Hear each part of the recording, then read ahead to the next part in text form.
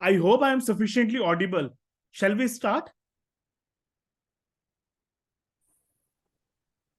Yes, Ashish, sir. We can start. Okay, sir. Okay. So sir again एक brief up दे देता हूँ. जब हम क्लाउड फोल्डर ओपन करते हैं तो इस तरीके का हमारा विंडो खुलता है. So we have already covered summary section for each and every workbook except global valuation, gold and thematic. जो हमारा वर्कबुक है उसको छोड़ के हमारा हमने सारा समरी सेक्शन कवर कर लिया है. In fact, we have covered a broader navigation also for each and every workbook. जब मेरा सितंबर एंड में ये वाला वर्कबुक जब मेरा अपडेट हो जाएगा regarding global valuation, gold and domestic sectoral, तो हम इस वर्कबुक का भी समरी सेक्शन फिर कवर कर लेंगे. So most probably by next week we will cover this particular workbook also. But अभी तक हमने valuation cycle algo, business cycle algo और सब एलोकेशन एल्गो को कवर कर लिया है. अगर कोई पर्टिकुलर जूम मीटिंग आपसे अगर मिस हुआ है, सो प्लीज मैं ये बोलूंगा, प्लीज आप यूट्यूब वीडियोस में जाइए, जो हमारा चैनल है, जो मैं ऑलरेडी लिंक्स भेज रहा हूं आपको पर्सनलाइज बेसिस पे, एंड वहां से आप रिफर कीजिए उस वीडियोस को. अगर आप नहीं भी रेगुलरली अगर मेरे आप वर्कबुक्स को एक्सेस कर रहे हैं तो उस वीडियो ट्यूटोरियल के थ्रू आप रिविजिट कर सकते हैं, रिवाइज कर सकते हैं उन कंटेंट को या उन कॉन्सेप्ट्स को. अगेन ये वाला भी जूम मीटिंग मेरा रिकॉर्डिंग में, तो अगर हमारे एसोसिएट्स अगर कुछ मिस कर रहे होंगे so they can refer this particular Zoom meeting, अगर वो बीच में अगर अभी भी आए हैं, जब भी आए. So to again start with, today we are covering non algorithmic fund selection support.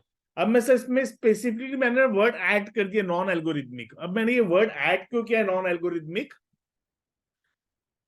तो अभी तक जितना भी हमारा वर्कबुक बना है sir, that is on the basis of algorithm where we have done advance computing, where we have used advance maths. यहाँ पे हमने कुछ भी एल्गोरिदम अपना पर्सनल यूज नहीं किया है.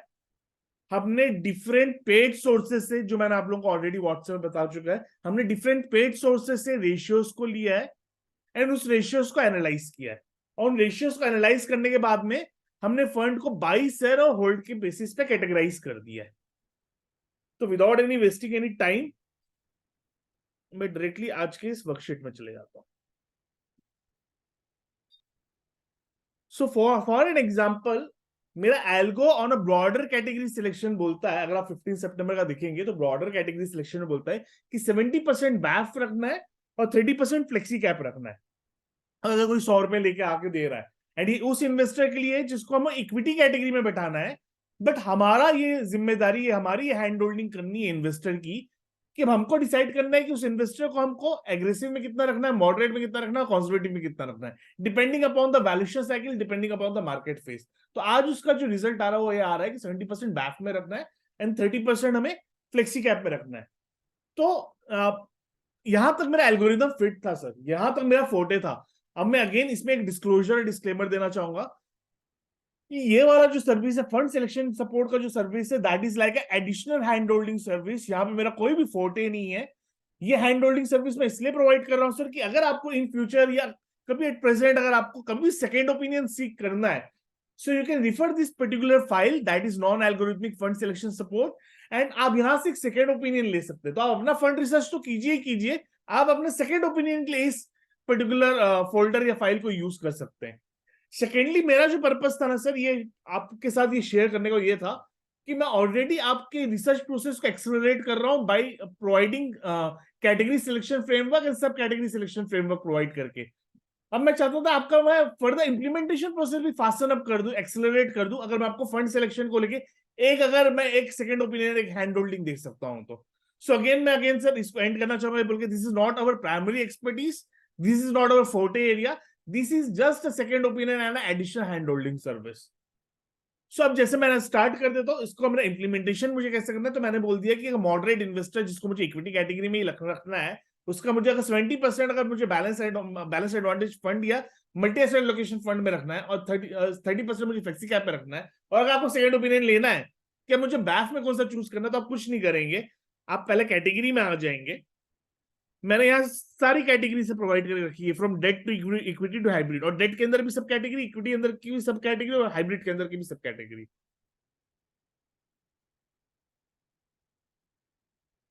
तो आप हाइब्रिड में डायनेमिक एसेट एलोकेशन फंड, अब बैलेंस एडवांटेज फंड को क्लिक कर लेंगे. I hope this screen is visible to each and everyone. Screen दिख रही है ना मेरी, जो मैं अभी वर्क कर रहा हूँ? हाँ जी आशीष जी, बिल्कुल परफेक्ट दिख रही है। Okay sir. तो इस तरीके से आप पहले सेलेक्ट कर लेंगे उस कैटेगरी को।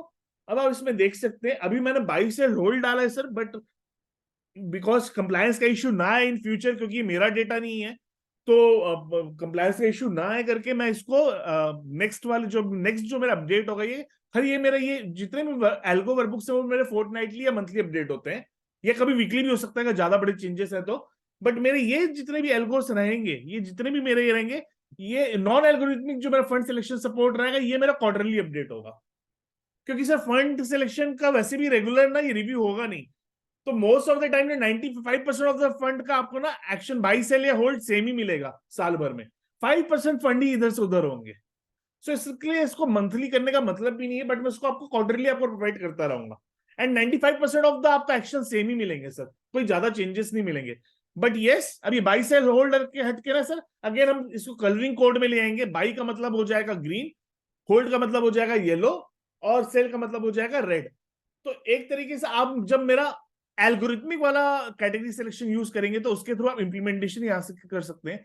सेकेंडली अगेन सेकेंड ओपिनियन के लिए आप इस तरीके से कर सकते हैं सर कि आप फंड रिव्यू दो लेवल में करते हैं। एक फंड रिव्यू मान लीजिए मैक्रो लेवल में करते हैं, सेकेंड फंड रिव्यू क्लाइंट के माइक्रो सर्कमस्टांसेस के लेवल में करते हैं। क्लाइंट का ही फाइनेंशियल सर्कमस्टांसेस चेंज हो गया हो, तो उस क्लाइंट के फाइनेंशियल सर्कमस्टांसेस भी चेंज हो गई हो, और अगर आपको लग रहा हो कि मुझे स्मॉल कैप निकालना है, तो भले आप डालते समय हो सकता है कि आप बाई वाले फंड में भी डाल दीजिए और होल्ड वाले फंड में भी डाल दीजिए। बट अगर मान लीजिए आपको स्मॉल कैप ट्रिम करना है, तो अगर वैसे स्मॉल कैप आप ट्रिम कर लो जो सेल मोड में, मैं आपको इम्प्लीमेंटेशन, प्रैक्टिकल इम्प्लीमेंटेशन बता रहा हूँ किस तरीके से कुछ मेरे जो क्लोज एसोसिएट्स है, कुछ जो क्लोज एडवाइजर्स हैं, जो एकदम पर्सनलाइज हैंड होल्डिंग में चलते कैसे यूज कर रहे हैं, तो क्या करते हैं कि अगर उनको कोई अगर पर्टिकुलर कैटेगरी को ट्रिम करना है, तो वो उस कैटेगरी में जाके उस पहले उन फंड को ट्रिम करते हैं जहां पे सेल मोड में। तो मान लीजिए मुझे बैलेंस एडवांटेज फंड को ट्रिम करके कम करना है, तो सबसे पहले मैं उन बैलेंस एडवांटेज फंड को बेचूंगा जो मेरे ये होंगे। तो इस तरीके से ना आप फंड रिव्यू भी कर सकते हैं। फंड रिव्यू के लिए भी आपको हेल्प करेगा, इंप्लीमेंटेशन में तो हेल्प करेगा ही करेगा, ये फंड रिव्यू में भी हेल्प करेगा आपको। सो फॉर एन एग्जाम्पल, आज जिन्होंने भी मेरा सब एलोकेशन साइकिल अटेंड किया है उनको मालूम है स्मॉल कैप से अब हमारा एलोकेशन नेगेटिव हो गया। नेगेटिव होने का मतलब मार्केट कैप में अगर स्मॉल कैप का वेटेज 17% है तो हम 9% रख रहे हैं। तो मुझे अगर स्मॉल कैप को अगर ट्रिम करना है, किसी का अगर एलोकेशन ही नहीं है तो अलग बात है। तो आप किसी का एलोकेशन ही नहीं है स्मॉल कैप में एलोकेशन लेना है, तो बाई एंड होल्ड आप देखोगे और आप इन फंड्स में ले सकते हो एलोकेशन। बट अगर मुझे ट्रिम करना है, क्योंकि आज हमें स्मॉल कैप ट्रिम करने का आ रहा है हमें हमारे एल्गोरिदम के थ्रू में, तो मैं सबसे पहले कौन से फंड्स निकालूंगा सर? सबसे पहले मैं ये फंड्स निकालूंगा।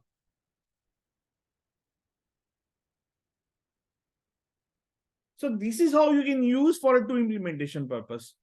बाई के लिए भी, मतलब आपको फ्रेश परचेसेस करना है उसके लिए भी, और अगर आपको फंड रिव्यू करना है, फंड रिव्यू में आपको लग रहा है कि कोई पर्टिकुलर कैटेगरी आपको ट्रिमिंग करनी है, ट्रिमिंग मतलब आपको काटनी हो कैटेगरी को, तो अब उस कैटेगरी में काटनी है तो कौन से फंड को काटू, तो पहले इस कैटेगरी इस फंड को काट सकते हैं।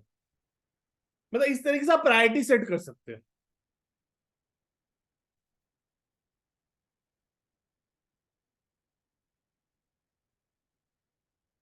तो सिमिलरली मान लीजिए मैंने आपको बैफ का बताया कि तो मुझे बैफ में अगर 70% रखना है, तो बैलेंस एडवांटेज हाइब्रिड के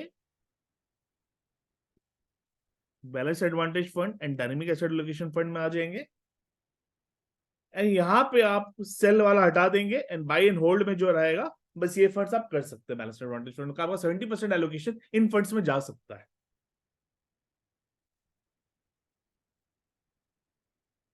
अब मुझे 30% पैसा फ्लेक्सी कैप में लेके जाना है एल्गोरिदम के हिसाब से,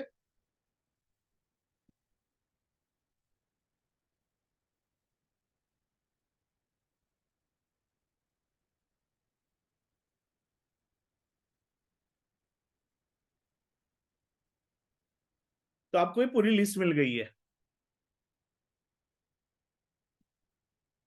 तो ना आप सर मैं एक इसमें और डिस्क्लोजर देना चाहूंगा। इसमें ना मेरे वही लिस्ट है जिनको थोड़ा सा समय हो गया है परफॉर्मेंस को आते हुए, जैसे वाइटो के एमसी आपको नई एमसी इसमें नहीं मिलेगी। ऑल्दो व्हाइट ओक मेरे रडार में वन ऑफ द मेरी फेवरेट एमसी, बट आपको इस फंड सिलेक्शन सपोर्ट में नहीं मिलेगी व्हाइट ओक, क्योंकि उसको टाइम नहीं हुआ है। अब मैं इसका रीजन अंडरलाइंग रैशनल बता देता हूँ सर क्या है। तो मैंने जो ये पूरा फंड, जो फंड सिलेक्शन के जो दो रेशियो का एनालाइज किया ना, वो मेरा सॉर्टिनो है और वो मेरा इन्फॉर्मेशन रेशियो है।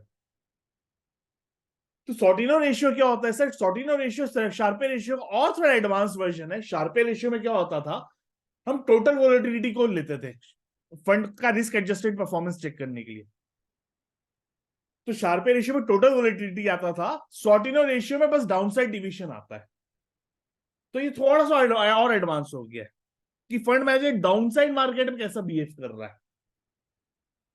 सेकेंडली मैंने इंफॉर्मेशन रेशियो लिया है। इंफॉर्मेशन रेशियो का अगर मैं इनसाइडर रेशियो बोलूं ना, तो अप्रेजल रेशियो भी बोला जाता है। इंफॉर्मेशन रेशियो का अंदर का जो नाम है ना, उसको अप्रेजल रेशियो भी बोला जाता है। अभी अप्रेजल रेशियो क्यों बोला जाता है? इसकी ब्यूटी ये है सर कि अगर मैं किसी एमसी का मालिक हूं, मुझे एबीसीडी नहीं मालूम फंड मैनेजमेंट के बारे में, क्योंकि मेरा वो फोटे तो है नहीं, मेरे को तो कंपनी चलाना आता है, मेरे को नहीं आता कि फंड मैनेजमेंट कैसे चलाना है।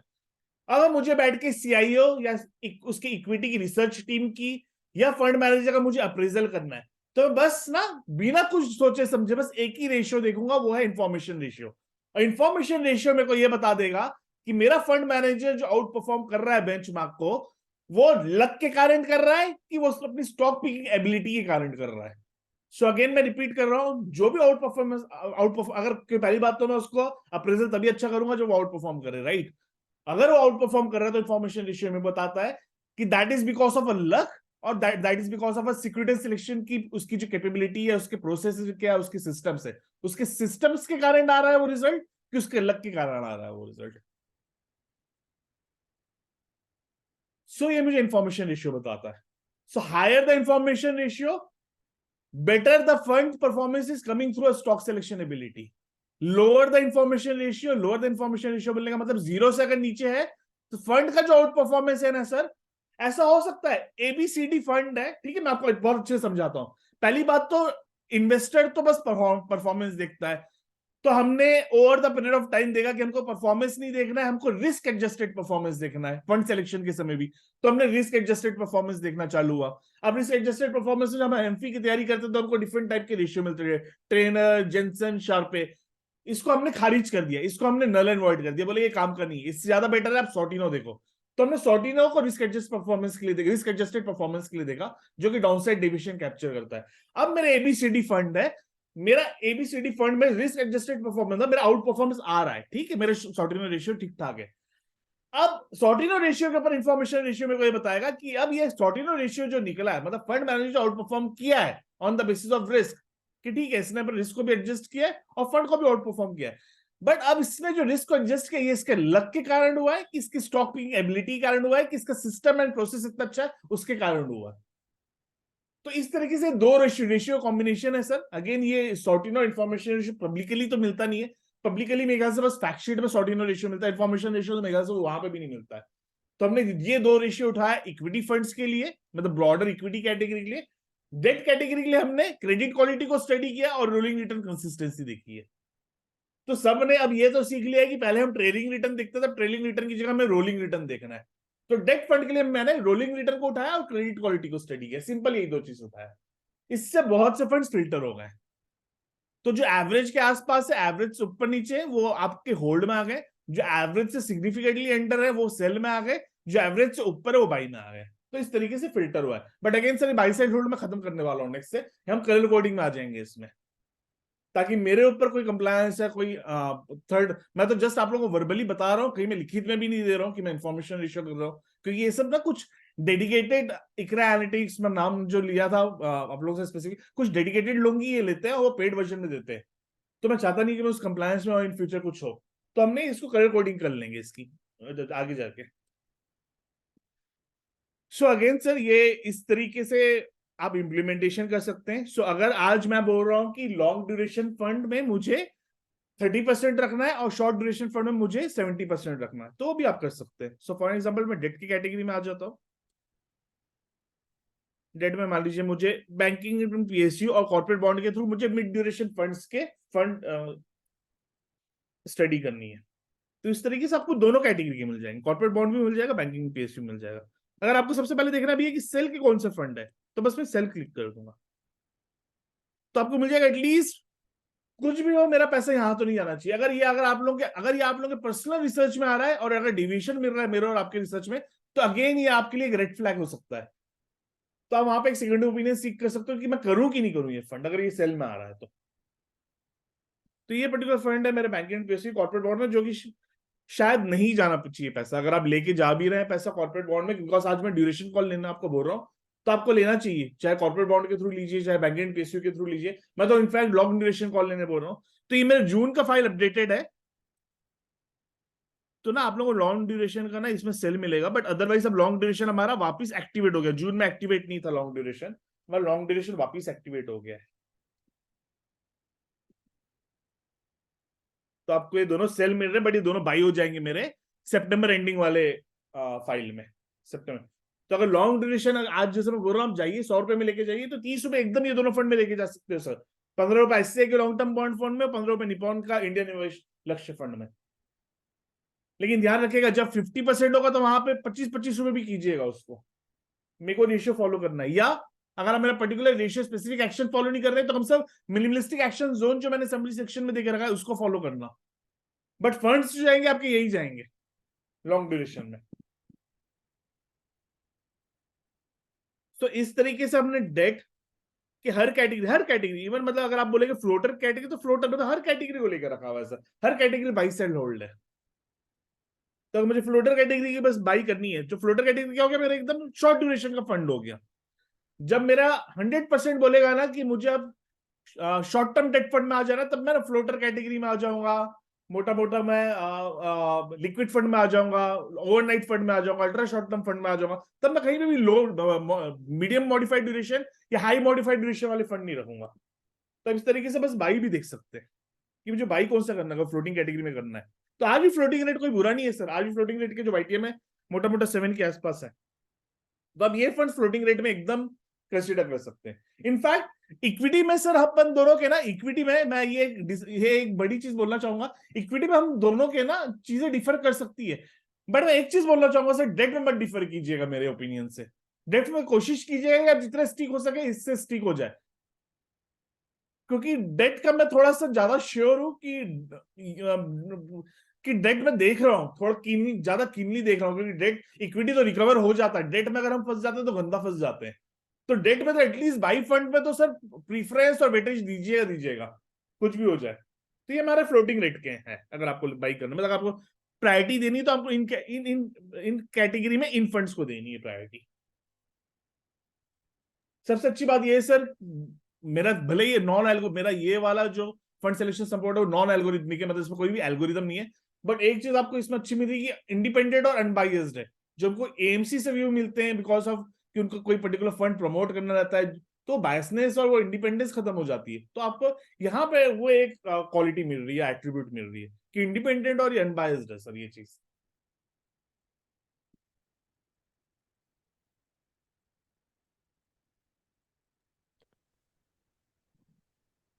तो इस तरीके से सर मेरा पहला फाइल हो गया।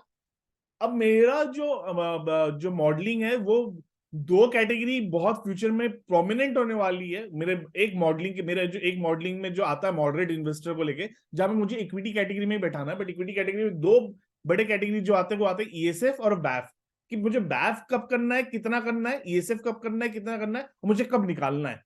तो उसके लिए मैंने ना इन कैटेगरी सिलेक्शन के अलावा एक एडिशनल फाइल भी देके रखी हुई है फंड एल्गोरिथमिक, वही non algorithmic fund selection support में, जो कि बैफ और ईएसएफ कॉन्ट्स के नाम से मिलेगी। यहाँ पे है अगर आप देखेंगे ना, तो मैंने पहला फाइल कवर कर दिया। अब ये नेक्स्ट जो अपडेट होगी सितंबर में अपडेट होगी, ये लास्ट जून में हुई थी वाली फाइल, अभी सितंबर में होगी। ये मेरी मंथली होगी ईएसएफ। तो ईएसएफ और बैफ का मैंने डिटेल कॉन्ट्स देके रखा हुआ है। अभी क्यों देके रखा हुआ है, आप लोगों की स्टडी के लिए देके रखा हुआ है। सो फॉर एग्जाम्पल मैं बैफ में चले जाता हूँ। अब इसकी ब्यूटी देखिए सर, कुछ नहीं भी देखना है ना तो अब बस आप ये देखना कि निफ्टी का लेवल क्या है, और निफ्टी के लेवल के साथ इन्होंने नेट इक्विटी क्या मेंटेन किया हुआ है। तो आपको net equity, arbitrage, equity long and debt, चारों का मैंने बाइफरकेशन इसमें दिखाया हुआ है। बट अगर आपको ज्यादा डेप्थ में नहीं भी स्टडी करनी है कौन को, बस आप नेट इक्विटी स्टडी कर सकते हो। तो ये बैफ डिफरेंट बैफ कैटेगरी के डिफरेंट फंड्स हैं। अगेन इसमें कुछ आपको बैफ मिसिंग मिलेंगे। सो फॉर एन एग्जांपल मेरा पर्सनल फेवरेट है वाइट ऑफ बैफ, बट इसमें मिसिंग मिलेगा क्योंकि अगेन सर ये अभी उसका कॉन्ट्स अभी तैयार नहीं हुए, मतलब उसके रेशियोस अभी तैयार नहीं हुए, तो अभी आपको मिसिंग मिलेंगे। सो कई लोग बोलते हैं कंसीडर करने के लिए, तो मैं इसमें आने वाले समय में जल्दी से मैं इसमें कंसीडर करूंगा बट इस टाइप के फंड्स। सो एचडीएफसी बैलेंस शीट, अब इसको कैसे स्टडी करना है सर? अब नहीं, अब आप यहाँ पे कुछ कुछ सरप्राइजिंग चीजें देखेंगे। क्यों मैंने डिटेल में डाला ये कैटेगरी को? क्योंकि ये कैटेगरी डायनेमिकली स्टॉक सिलेक्शन में तो चलो मेरा फंड मैनेजर के हाथ में कोई मेरा रोल प्ले नहीं है। यहाँ पे भी बैफ में मेरा कोई रोल प्ले नहीं, सब फंड मैनेजर के हाथ में कि इक्विटी कितना रखना है, डेट कितना रखना है। बट फंड मैनेजर कितना अपने रूल को फॉलो कर रहा है वो मैं यहां से पकड़ सकता हूँ।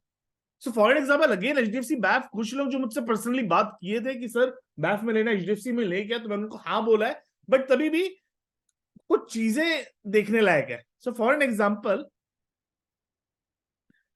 लास्ट जो मार्केट हाई मारा था ना नवंबर 2022 में मारा था, उस समय निफ्टी था 18,800।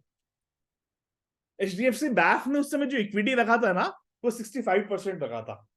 मतलब चढ़ते हुए मार्केट में इन्होंने दबा के बढ़ा दिया इक्विटी को। मेरे को ये अच्छे से मालूम है क्योंकि मैं तो एल्गोरिदम में काम कर रहा हूं सर, तो मेरा ये जो एल्गोरिदम में काम कर रही है शायद एक या दो दो पकड़ते हैं मैट्रिक्स को। मैं तो 20 मैट्रिक्स को पकड़ रहा हूँ, 20 मैट्रिक्स को पकड़ के मैं 10 टाइप के क्वांटिटेटिव मॉडलिंग कर रहा हूं, उसमें 8 लाख डेटा पॉइंट आ रहा है, 8 लाख डेटा पॉइंट का मैं स्टैटिस्टिकल एनालिसिस कर रहा हूं। तो मेरे पास में तो बहुत रिफाइंड है मेरा जो एल्गो है मार्केट को जज करने के लिए कि हम कहाँ खड़े हैं। अब देखिए, क्योंकि इसलिए मैं इन लोगों को पकड़ पाया क्योंकि मेरा एल्गोरिदम यहाँ पे तो नवंबर में तो मेरा एल्गोरिदम बोल रहा था कि भैया मार्केट में अब खतरा हो रहा है, मतलब in the sense relative basis पे, एब्सोल्यूट बेसिस पे नहीं, रिलेटिव बेसिस पे। बट ये 65% बैठ थे और मेरा एल्गो ना पूरा ग्रीन सिग्नल दिखाना चालू कर दिया। अगर किसी को ध्यान होगा तो मैं अगर कलर जोन की बात करूं तो मैं एल्गो ना ऑरेंज से ना मार्च में मोटा मोटा ग्रीन हो गया था। लेकिन यहां पे देखिए एचडीएफसी 65% ऊपर के मार्केट में बैठा हुआ है, मार्केट गिरा, मालूम है कि यहाँ मार्केट सस्ता हो गया है और एचडीएफसी बोलता है कि मैं प्राइस ट्रेंडिंग फॉलो करता हूँ। लेकिन 17,360 में एचडीएफसी ने क्या किया, अपना इक्विटी एलोकेशन ट्रिम कर दिया। जहां पे उनको बढ़ाना चाहिए था वहां पे उन्होंने ट्रिम कर दिया अपना इक्विटी एलोकेशन। वही आईसीसीआई बैंक नवंबर में 32% में आ गया था जब मार्केट लास्ट हाई मारा था, और जब मार्च में, अब आईसीसीआई जो फॉलो करता है price to book value follow करता है, मार्च में 51 है। तो हम बोल सकते हैं कि हाँ आईसीसीआई एक्चुअली अगर कुछ बोल रहा है मॉडल, ऑल दो उसका मॉडल ब्लैक बॉक्स है, मॉडल के बारे में ज्यादा वो नहीं बताता, लेकिन एटलीस्ट वो अपने मॉडल को तो फॉलो कर रहा है, ना कि गट बेस्ड चल रहा है। गट बेस्ड बोलने का मतलब मोमेंटम बेस्ड तो नहीं चल रहा है कम से कम वो। वही एसबीआई को देखते हैं। तो इस तरीके से सर इस तरीके से आप अक्रॉस टाइम पीरियड, मतलब अगस्त 2022 से, और अगर आपको पीछे जाना तो अक्रॉस आप फेब से जाके देख सकते हैं कि इन लोग क्या कर रहे हैं। फेब 2000 मतलब जब से 2000 मतलब जब जहां जहां जहां से फंड्स है जो फेब 2017 से हमारे पास इस चीज का डेटा तो यहाँ से दिख रहा है, बट उतना पीछे नहीं भी जाना तो आप एटलीस्ट यहाँ 2022 का तो देखिए कि मार्केट मूवमेंट के साथ इनका इक्विटी मूवमेंट कैसा हुआ है। तो आपको मोटा मोटा मालूम चला कि मॉडल को फॉलो कर रहे हैं कि ये मोमेंटम को फॉलो कर रहे हैं। तो कई लोग, अब तो एडलवाइज तो क्लियर कट बोलता है कि मैं मोमेंटम हूं, सो एडलवाइज तो क्लियर कट बोलता है मैं मोमेंटम हूं, तो मोमेंटम फॉलो कर रहा है। लेकिन बाकी लोग तो हम बोलते हैं कि हम रूल बेस्ड अंदर, रूल बेस्ड बोलने का मतलब फंडामेंटल्स फॉलो कर रहे हैं। तो अगर फंडामेंटल फॉलो कर रहे हैं तो कैसे वो चढ़ते हुए मार्केट में ज्यादा खरीद रहे हो, गिरते हुए मार्केट में कम खरीद रहे हैं? तो एक वो क्वेश्चन मार्क आता है। सो अगेन एडलवाइज का अगर मैं बोलूं तो ठीक है, एडलवाइज का मोमेंटम बेस्ड है। तो एडलवाइज नवंबर में 73% बैठा हुआ था, जब मार्च में गिरा 70 में आना है, ठीक है। मैंने वैसे आईसीसीआई का देख लिया, मैं एसबीआई का देखता हूँ। तो एसबीआई 42 बैठा हुआ था मार्केट के टॉप में, लास्ट मार्केट टॉप में। अभी 45 जब मार्केट गिरा, जहां पे मैं क्लियर कट बोला था कि मार्केट ग्रीन जोन में आ गया है, वहां पे 45 ही लेके 3% इक्विटी एलोकेशन बढ़ाया। तो इस तरीके से ये भी बोल सकते हैं फंड मैनेजर कितना मॉडल को फॉलो कर रहे हैं, फंड मैनेजर कितना अपने फियर और ग्रीड फैक्टर में चल रहे हैं। तो ऐसा नहीं है कि एसबीआई यहाँ पे अगर वो ग्रीडी था तो यहाँ पे तो और ग्रीडी होना था, जो उतना ग्रीडी हुआ नहीं वो। तो बोलने का मतलब ये है। कोटक का भी अगर मैं देखूं, अगर वो नवंबर में ग्रीडी था तो मार्च में था क्या ग्रीडी? मार्च में था बट इतना ग्रीडी नहीं था, थोड़ा सा ज्यादा ग्रीडी हुआ था। सो इस तरीके से सर ये ना डिटेल में कौन स्टडी कर सकते हैं कि कुल मिला के काफी हेल्पफुल रहेगा सर, ये कौन सा काफी हेल्पफुल रहेगा। ये आप अपने आरएम्स या आरएम्स तो छोड़िए, एटलीस्ट जोनल मैनेजर या नेशनल कॉन कॉल्स में आप समझ सकते हैं कि वो कितना स्टिक है अपने मॉडल को लेके, कितने अढेर है वो अपने मॉडल्स को लेके, और रैशनल पूछ सकते हैं कि सर आपने ऐसा क्यों किया। क्योंकि फंड मैनेजर तो हमको बस करंट मंथ का इक्विटी एलोकेशन दे देते हैं कि हमने ये इक्विटी एलोकेशन करंट मंथ रखा। यहाँ आपको कंपेरेटिव मिल जाएगा कि उन्होंने कैसे मूव किया है across time period, across market के फेजेस में।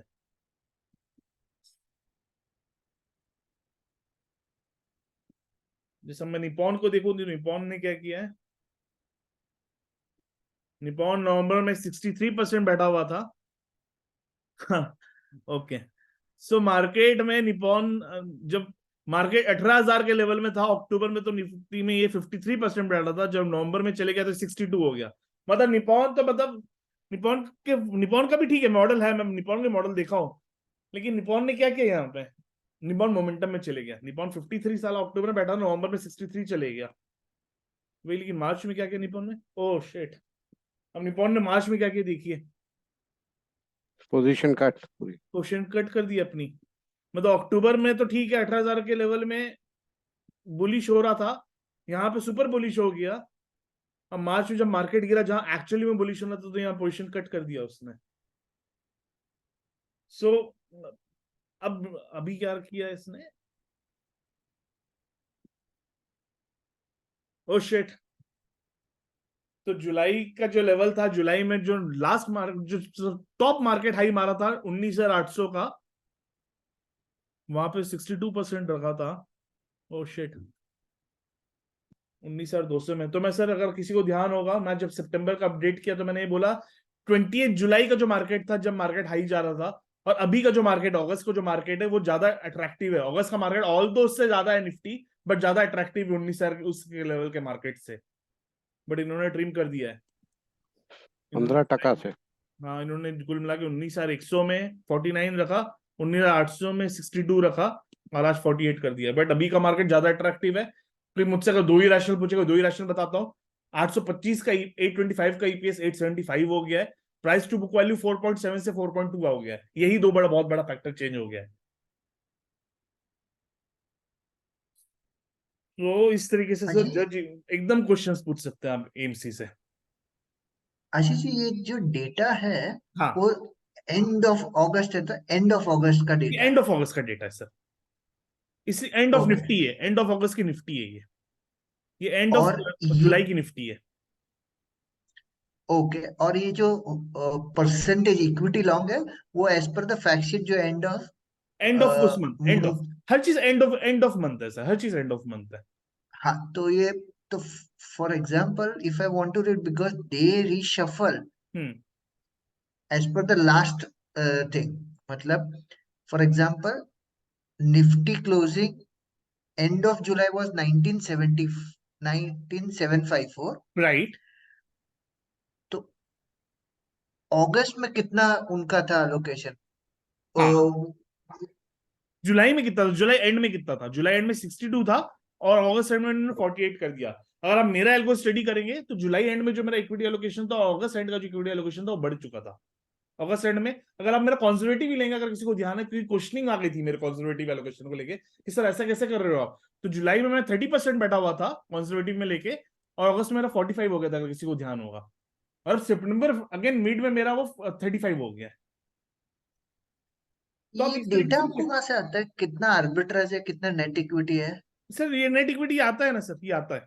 अब मैं वापस क्यों सर, वही है ना सर, मैं खर्चा कर रहा हूँ ना पैसा ये चीज देने के लिए तो। हाँ, ओके, मतलब ये आर्बिट्रेज सर टू। एकदम रिलायबल है, डेटा सोर्स एकदम रिलायबल है। ओके ओके ओके, हाँ परफेक्ट। हाँ, पेड वन है, इनफैक्ट फ्री भी नहीं है, पेड वन है। Sure sure.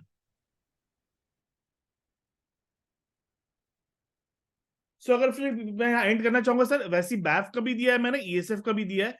मुझसे अगर ओपन फॉरम में अगर आप पूछोगे कि आशीष को पर्सनल पैसा ईएसएफ में कहाँ डालना, तो कहाँ पे लगाएगा, मैं आईसीआईसीआई के अलावा कहीं नहीं जाने वाला। कोई मेरे को इसके लिए ये बोलने के लिए कोई मेरे को आईसीआई पैसा नहीं दे रही है, लेकिन मैं अपना personal skin in the game बता रहा हूँ। अगर मेरे को ईएसएफ में, अगर मार्केट जब महंगा होगा, रेड जोन में जाएगा और मुझे ईएसएफ में पैसा लेके जाना होगा, तो मैं आईसीआई के अलावा कहीं नहीं लेके जाऊंगा। मैं अब इसका रैशनल भी डिस्कस नहीं कर रहा हूँ, बट मैं यहाँ पे कंक्लूड करना चाहूंगा अपने इस जूम कॉल को। एंड अगर आपको प्लीज कुछ क्वेश्चन है तो लास्ट के 5 मिनट बचे हैं सर, प्लीज पूछिए। इसमें अगर आप मल्टी एसेट भी कर लेंगे तो वो हाँ, भी मैं ऐड करूंगा सर, मल्टी एसेट को ऐड करूंगा गोइंग फॉरवर्ड। थोड़ा सा मल्टी एसेट को टाइम हो जाए, क्योंकि अगेन अगर आप मुझसे कोई